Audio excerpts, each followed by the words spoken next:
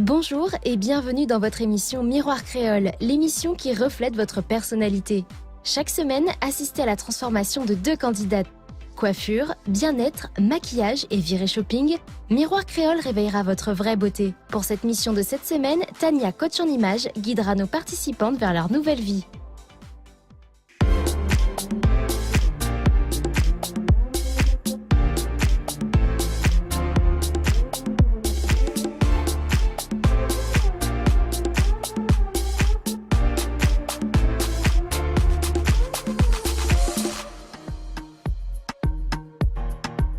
Aujourd'hui, nous faisons la connaissance de Karine, 40 ans. Karine est une femme libre comme le vent, friande de voyages et de découvertes. Cette femme aime l'aventure. Est-ce cela qui l'a motivée à participer à Miroir Créole? Au bout de, je dirais 4-5 ans sur les bateaux, je ne trouve plus de style et en plus, j'ai eu un enfant et j'ai plus la même morphologie. Donc c'est pour ça que j'ai fait appel à Miroir Créole pour le relooking.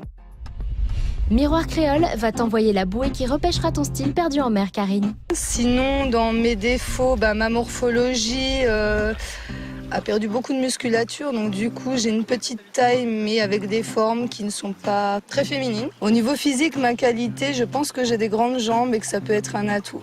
Exactement, les grandes jambes fines comme toi sont un atout qu'il faut mettre en valeur. Dans Miroir Créole, la vie des proches compte aussi.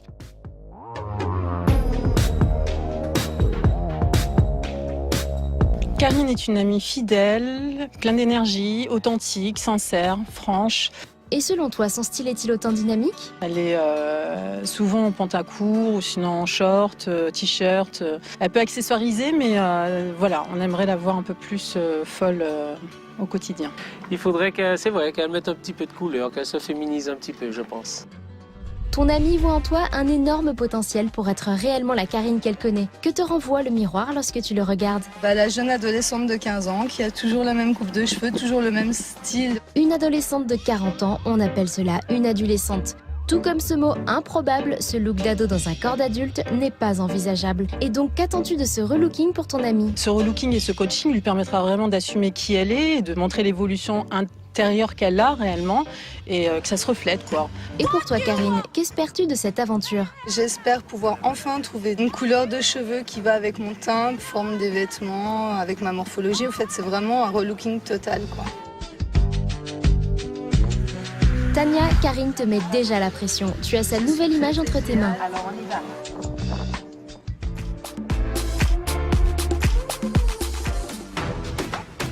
Cette semaine, Miroir Créole accueille comme deuxième candidate Marie-Chantal, mariée, mère de 2 enfants et en recherche d'emploi. Nous la retrouvons avec l'une de ses filles dans la ville capitale, loin de leur contrée qui est Rivière-Salée. Je suis souvent à Fort-de-France parce que ma fille est scolarisée, donc je l'y emmène tous les matins et après, je m'y attarde. Tu t'y attardes et pourquoi? D'autres fois, je vais voir ma fille à son travail. Il y a mon petit-fils qui est adorable, donc ça me fait plaisir de me trouver. Une Marie-Chantal disponible pour sa famille. Notre candidate consacre du temps au sien. Mais toi, quand tu es libre, qu'est-ce que tu fais? Mes loisirs, c'est les mots fléchés, le coloriage. Si l'activité de coloriage vous a fait tiquer, notre candidate ne s'exerce pas sur un support en papier, mais sur son téléphone. Dis-nous, après le coloriage et les mots fléchés, te reste-t-il du temps pour prendre soin de toi? J'ai le temps de prendre soin de moi, mais je ne suis pas motivée. En tout cas, quand j'ai vu l'annonce, j'ai eu le déclic, j'ai eu une prise de conscience. Ces 4 petits mots magiques sonnent clairement le réveil de ta motivation. Mes habits, mes affaires, elles datent de 3, 4, 5 ans, donc je ne suis pas vraiment au goût du jour. On dit que la vérité sort de la bouche des enfants, donc Indira, fais attention à ce que tu dis. Elle n'est pas très féminine. Elle a un style où elle est décontractée. C'est toujours jean, t-shirt, pas de maquillage, pas de coiffure, pas de bijoux. Elle essaye un peu les talons, mais on sent qu'elle a du mal. Tu officies dans une boutique de prêt-à-porter. Pourquoi ne la pousses-tu pas davantage à s'apprêter? Comme ce sera des professionnels, elle va plus les écouter. Parce que moi, à chaque fois, je lui dis, vas-y, mets ci, mets ça. Elle ose pas, ou elle me dit qu'elle aime pas.